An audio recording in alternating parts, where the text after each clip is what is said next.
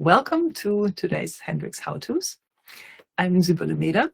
I'm a filmmaker and I'm a big leap coach, certified by the Hendricks Institute. And today I have a suggestion for you for the topic of discerning feedback, and discerning feedback with the tool of appreciation.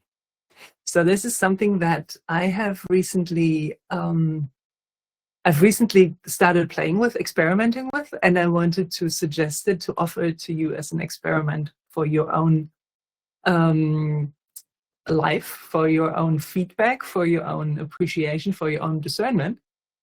And it has something for me that was something very sweet, something very, it softened something in me. So here goes.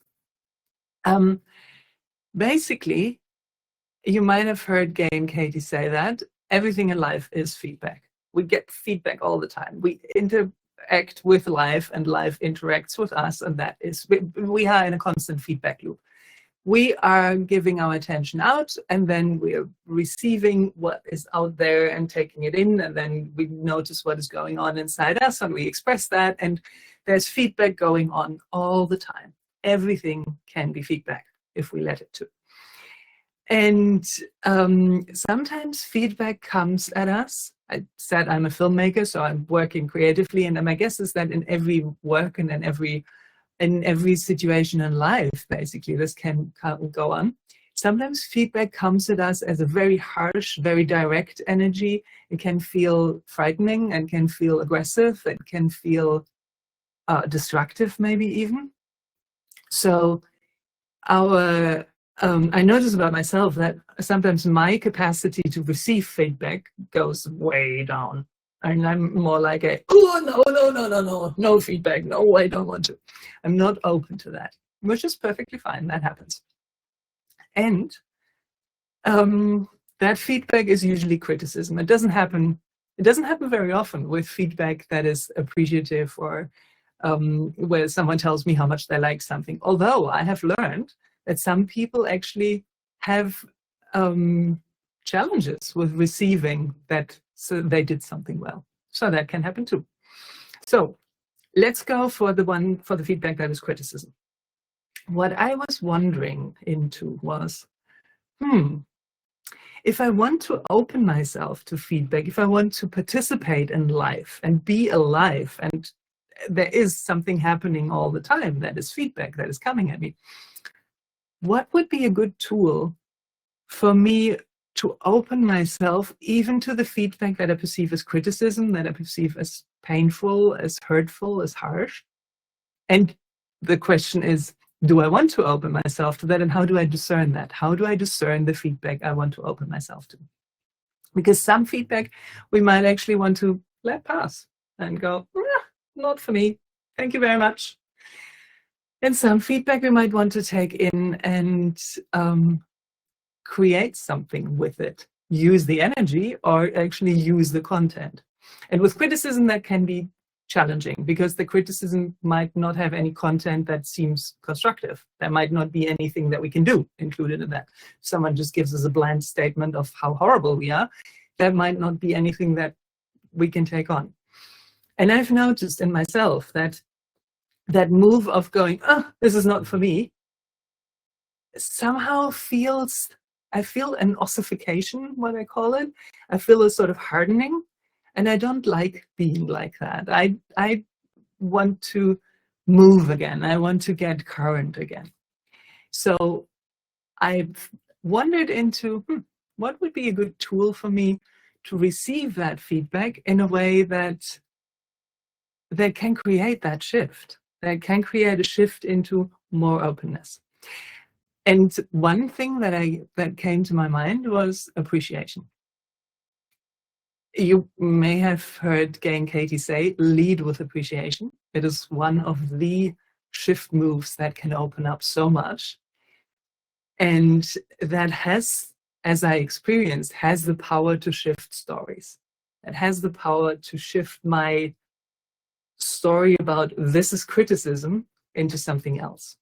So my wonder question was, what if I open myself to feedback from anyone who's willing and capable to give me 5 appreciations for every 1 criticism? Because you might have heard the ratio of 5 appreciations for 1 criticism to keep a relationship in balance because of the negativity bias of the brain, because we hear that 1 criticism much louder than the 1 appreciation. So it needs 5 to balance that out. So my wonder question was that, what if, I request maybe 5 appreciations. If someone has told me something very harsh, I ask them, could you come up with 5 things you appreciate about me? And that would help me open up to more flow and to more connection. Because at the base of it, it is about the connection between me and the other person who's giving me the feedback. So that seemed a good start. And then I was wondering, but I guess I could also use that as a tool to go, well, no, that wasn't the right thing to give me the feedback like that. You just gave me 1 criticism. You didn't give me any appreciation, so I'm not interested in your feedback. Okay, valid choice. And again, it feels like, I get all adrenalized and I don't feel the flow of openness, and I don't feel the flow of connection.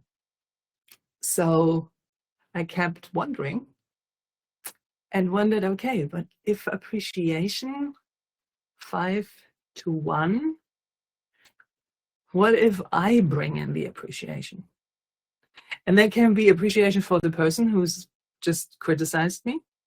That can be appreciation for myself. That can be appreciation for the situation. That can be appreciation for pretty much anything. It is not so much about this ratio 5 to 1. And I mean, our logical and our mathematical brain will probably love that.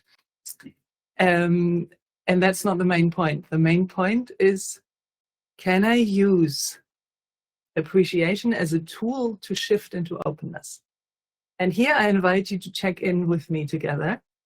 What happens in your body as you imagine entering a situation with the intention to appreciate 5 things about it?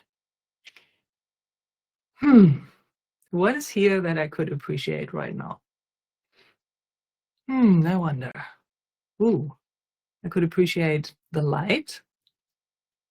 I could appreciate that you are here and that you are sharing in this with me. I could appreciate the softness of the chair I'm sitting on. You get the gist. So can you open yourself to appreciation, and what happens as you do that in your body? What I noticed as I was playing with that and experimenting with that is that appreciation in my body usually opens there's a relaxation in my belly. I notice my chest opening. I definitely feel more alive, and I feel more smiley in my cheeks, and in my whole being there's more smile. As I'm looking for appreciation, and that doesn't necessarily need to be looking, it can be smelling, it can be listening, it can be just sensing the body sensation, anything that pumps my appreciation well. So as I'm offering this to you as an experiment to create a shift in a situation that might feel closed, where there might be fear from me or from the other person. They might be not open to giving appreciation in that moment because they're in fear, or in stress, which is probably fear, or in time pressure, which is probably also fear. So if no one else brings in appreciation, can appreciation bring, for me, if I use the appreciation move, can that create a shift in this situation? And can that help me discern whether this is feedback I actually want to take on, and how do I want to take it on? Or is that something that might be nothing that is for me in this very moment? So that is my offer for you today. And as I said, it's an experiment, an ongoing experiment. So I'm very curious to hear what comes up for you. If you want, you can share in the comments on this video, or you can join If you're looking at this video in somewhere on the social media channels, you can join the Hendricks community on Mighty Networks. You will find the link in the profile. And let us know. Give us feedback on how this works for you. And I'm looking forward to playing with you again soon. Thank you so much for being here and for experimenting with appreciation. Bye for now.